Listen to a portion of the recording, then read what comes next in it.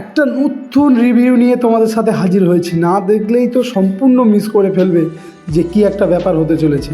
তাই কী করলাম, প্রথম থেকে শেষ পর্যন্ত অবশ্যই ভিডিওটা দেখবে, খুব ভালো লাগবে। আর অনেক কিছু শেখার আছে সহজ পদ্ধতিতে কীভাবে যে ফ্রুটের চাটনি বানাবে, প্রথম থেকে শেষ পর্যন্ত অবশ্যই দেখবে। তা যার জন্য আমি ফ্রাই প্যান জেলে দিলাম, দিয়ে খেজুরগুলো কেটে দিলাম, নিয়ে একটু জল গরম হওয়ার পরে খেজুরগুলো দিয়ে দিলাম।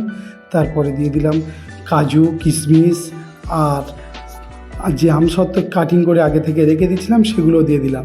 দিয়ে একটু নেড়ে চেড়ে নিলাম, দেখলাম যে ব্যাস খুব ভালো হচ্ছে, একটু ঢাকা দিয়ে নিলাম। দেখো কতটা সুন্দর ফুটছে, অসাধারণভাবে ফুটছে, খুব ভালো লাগছে, দেখা পাচ্ছ। এবার পরিমাণ মতো চিনি দিয়ে নেবে। এবার চিনিটা যে যেমন খাও বা যে যেমন পছন্দ করো তেমনটাই দেবে, কম বেশি সেটা তোমরা নিজেদের উপর নির্ভর করবে, যেরকমভাবে খাবে বা যেরকম মিষ্টি খেতে চাও সেরকম নেবে, দেখা পাচ্ছ। এবার মিষ্টির যে চিনি দেওয়ার পরে কিছুক্ষণ পর থেকে আস্তে আস্তে ফুটছে, খুব ভালোভাবে ফুটবে বা অনেকক্ষণ ধরেই ধীরে ধীরে ফুটিয়ে নেবে। নেওয়ার পর দেখা যাচ্ছে কতটা ফুটফুটে নিয়ে এসছে, অসাধারণ খেতে লাগবে আশা করি। টেস্ট করে তো দেখেছিলাম, খুব সুন্দর হয়েছিল। তারপর একটু ভালোভাবে নেড়ে চেড়ে নিচ্ছি, দেখো কতটা ডিলিশিয়াস হয়েছে, অবশ্যই দেখা পাচ্ছ।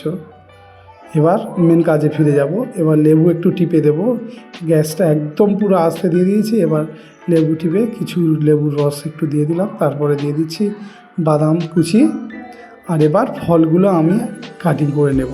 ওই কড়াইয়ের যে কাজগুলো হয়েছে এতক্ষণ দেখা পেয়েছ, সেটা কড়াই সহ লাভিয়ে রেখে দিলাম।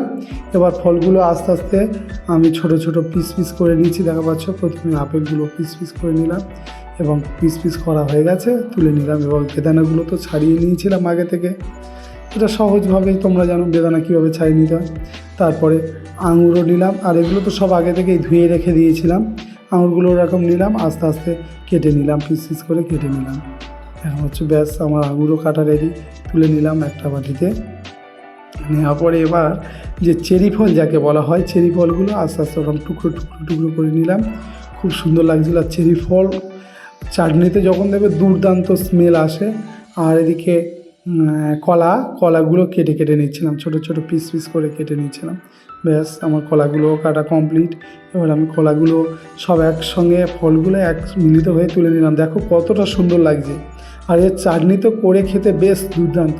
আর এদিকে ফ্রাই প্যান তো একদম পুরো অফ করে রেখে দিয়েছিলাম, যতটুকু এতক্ষণ কাজ হয়েছে। এবার আস্তে আস্তে তোমরা ফলগুলো সব ধরনের, যত ধরনের ফল দিতে পারো তত ভালো। আর বেদানা সব কিছু দেখা পাচ্ছ দিয়ে দিয়েছি।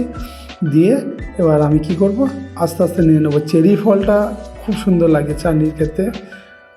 ব্যাস সব কিছু দিয়ে দিলাম দেখা পেলে পরপর। এবার আমি আস্তে আস্তে নেড়ে নেব, আর খুব ধীরে নেড়ে নেবে। আর ফলগুলো সবসময় চেষ্টা করবে চাটনিটা একদম খুব অল্প গরম থাকবে, তখনই এই ফলগুলো দেওয়ার চেষ্টা করবে, তাতে ওর কালারটাই খুব ভালো থাকে বা খুব সুন্দর হয়, অসাধারণ হয়। আর এইরকম ট্রাই করে দেখবে বা বাড়িতে করে খাবে, খুব সুন্দর লাগবে। পাঁপড়ের সঙ্গে তো সার্ভ করলে একেবারে জমে ক্ষীর হয়ে যাবে একদম। দেখো কতটা ডিলিশিয়াস লাগছে, কতটা দেখতেও ভালো লাগছে। আশা করি আমার আরও অনেক ভিডিও তোমাদের সাথে শেয়ার করব, অবশ্যই দেখবে, খুব সুন্দর লাগবে। ব্যাস আমার চাটনি তো রেডি। আর এখনও যারা ফলো করনি অবশ্যই ফলো করে পাশে থাকবে, আরও নতুন ভিডিও দেখা বা ভিডিও দেখানোর সুযোগ করে দেবে। ওটা কি করছো, ওটা কি আর কন্টেনারে তো রেখে দিয়েছিলাম। আর একটা জিনিস যেটা তোমাদের হয়তো বলতে ভুলে গেছিলাম, মানে ভিডিওতে দেখাতে ভুলে গেছিলাম, ফোড়ন একটা শুকনো লঙ্কা ফ্রাই প্যানে ভেজে অল্প আছে একটু গরম করে আর ভেজে গুঁড়ো করে রেখে দিয়েছিলাম। ওটা তোমাদের হয়তো দেখাতে পারিনি বা আমার হয়তো খেয়াল ছিল না। ওই যে গুঁড়ো মশলাটা দিয়ে দিয়েছিলাম, হেভি স্মেল